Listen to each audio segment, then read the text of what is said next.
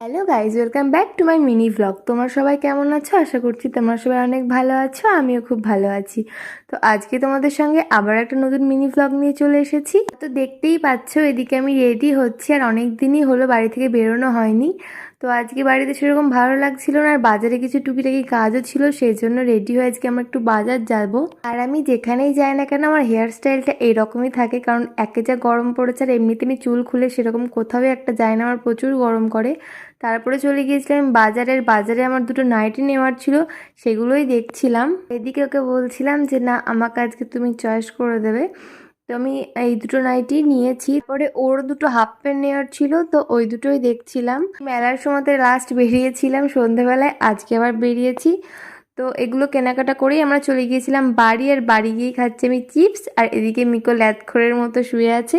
তো আজকে ভিডিও এটুকু। ভিডিওটা কেমন লাগলো অবশ্যই কমেন্টে জানিও, ভিডিওটা লাইক করতে একদম ভুলো না।